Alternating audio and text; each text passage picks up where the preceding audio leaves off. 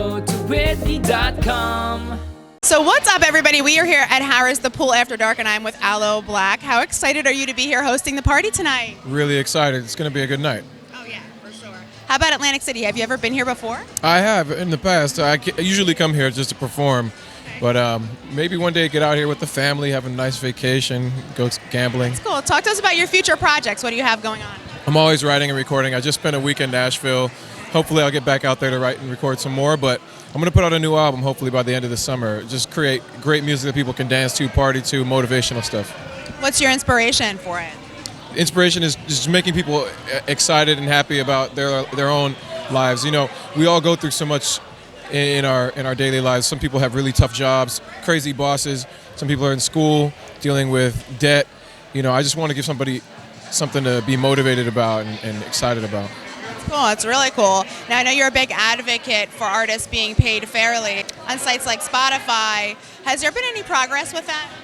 Yeah, there is progress. I mean, there's two sides of the story. There's one is the artists, and then there's the songwriters. Like I said, when I'm in Nashville, I'm talking to songwriters, people whose faces you'll never see, but the people who are writing the songs for the big artists. And I'm fighting for them. And there is some change going on in potentially in Congress and in the Copyright Office. Well, let's hope. You know, I guess the more voice that they have, then the more progress there will be. Exactly. Now, you're also part of the hashtag ImUnloading movement. I know Snoop Dogg is as well. That's with the firearms industry. Can you just talk to us a little bit about that? Yeah, it's all about being aware of what's going on in your investment portfolio. A lot of us leave it to our money managers to handle where they invest the money so that we can have something when we retire. But at the end of the day, it's like, do you want to be spending or putting your retirement money in things that you don't really believe in, and even things that could potentially be harming you, and that's something to consider. So you don't believe in the firearms industry? Personally, I don't believe that we need to I don't need to invest in creating more firearms. There are obviously recreational sports and other uses of firearms, but in creating firearms for just the proliferation of it, I don't think it's necessary, and I personally wouldn't invest in it. When was the turning point in your career? Like when you're like, wow, I made it? It started back in 2010. I Need a Dollar. It became a big hit, and I was able to just travel the world with a successful song. You have quite a few successful songs. One of them, Wake Me Up, I'm the Man. Do you want to talk to us about some of the inspiration behind those? Yeah, I had a really lucky moment with Wake Me Up where I wrote some lyrics that I didn't know if I was ever going to use, and then I got a chance to meet with Avicii and Mike Einziger in the studio. And The Man was really, for me, a hip-hop beat that I was making, but decided I'd sing on it instead of giving it to a hip-hop artist. Right. Okay. What about collaborating with anybody? Is there anyone moving forward that you would love to collaborate with? Well, I've just put together a list of young artists that are basically up and coming, people that don't get a chance to be on the main stage, and I'd love to collaborate with those folks because I think it's important for them to get a chance, And there's a lot of major artists that I could probably collaborate with, but they all already have a platform. So my goal is to root for the underdog. I really love that. How do you find them? Do you actively search for them online? There are a lot of really talented folks in Los Angeles, and it's just people who I come across. I went to the TED conference recently. I met some really fantastic artists there in Los Angeles. There's a whole stable of folks around me as well. Has there ever been a time where you were starstruck? Yeah, I was starstruck when I was in Cannes at the film festival one year, and performing right in front and performing an acoustic set, and right in front of me was Quincy Jones. That was pretty crazy. Awesome. What about in the news right now? Is there anything that you're really passionate about? It's really important right now. My wife and I are part of an organization called Peace Over Violence, where we advocate healthy relationships, and the organization provides services for victims of all types of violence, domestic violence, physical abuse, and Denim Day is coming up in April, and that's the day of awareness for violent crimes and violent rape. And so there was a judge in Italy back in the 90s who basically let a rapist go scot-free because he said the girl was wearing jeans, she wanted it. And after that, all of the women in government started wearing jeans to work.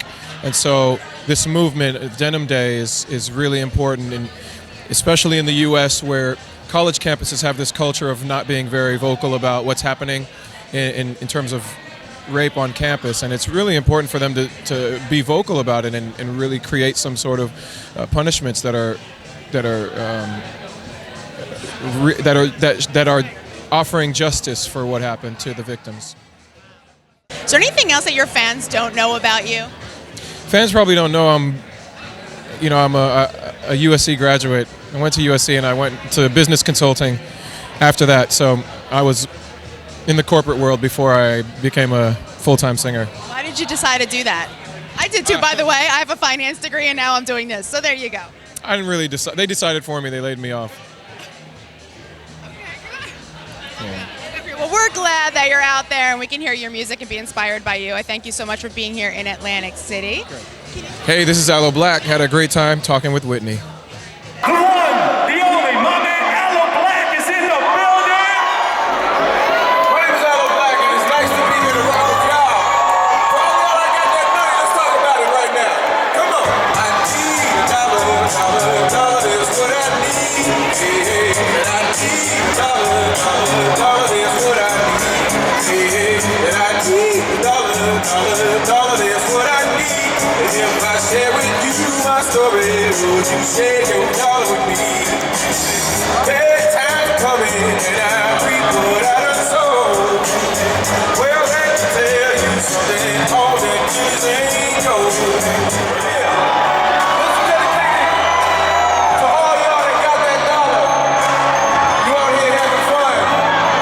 Sing this one for you. Come on. Yeah, you can tell everybody. Yeah, you can tell everybody. Go ahead and tell everybody. I'm the man.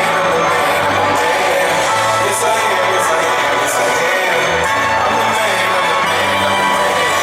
I believe every lie that I ever told. Every lie. It's my time and I said told. What it ain't that hard, I know.